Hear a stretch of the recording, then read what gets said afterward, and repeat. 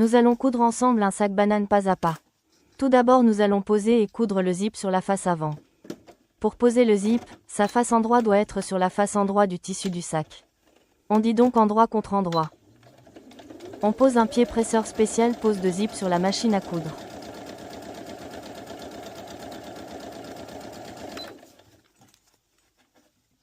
Puis on démarre la couture. Toujours prendre son temps, vérifier régulièrement que tous les tissus sont bord à bord. Pour vous rassurer, vous pouvez épingler tout le long le tissu avec le zip et enlever les épingles au fur et à mesure de la pose du zip.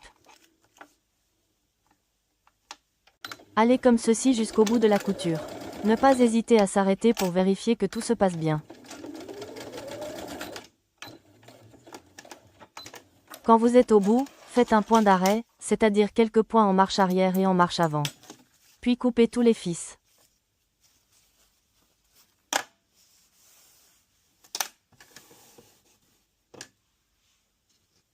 Vérifiez votre couture, ça vous évitera un démontage plus tard.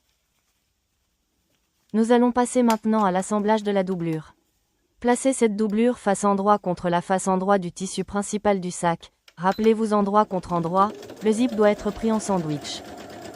Vous placez votre travail de façon à coudre sur la précédente couture, ainsi votre zip et doublure seront parfaitement alignés avec le tissu principal.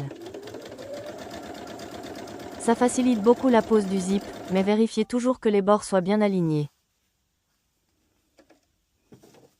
Maintenant nous passons à la pose de la deuxième partie du zip. Ici dans le cas de la confection du sac banane, nous devons ajouter une petite bande de tissu.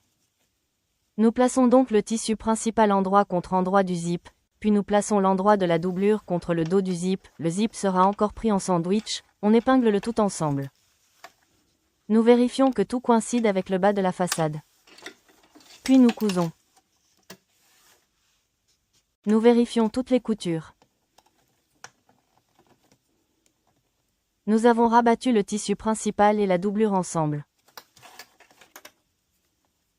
Puis nous les épinglons ensemble, j'utilise des pinces car plus facile et ça n'abîme pas le tissu. Avant de démarrer les coutures de renfort, vous changez de pied presseur pour mettre le pied universel, vous réglez le point droit à 4 mm. Ne pas oublier en début et fin de couture de faire un point d'arrêt, c'est-à-dire quelques points arrière et avant. Nous vérifions la couture et coupons tous les fils qui dépassent.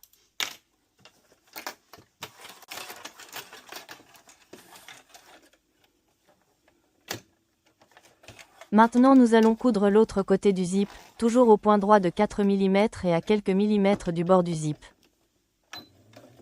Pour nous faciliter la tâche, nous pouvons ouvrir le zip, pour que le pied presseur glisse le mieux possible tout au long de cette couture. Et toujours démarrer et terminer par un point d'arrêt.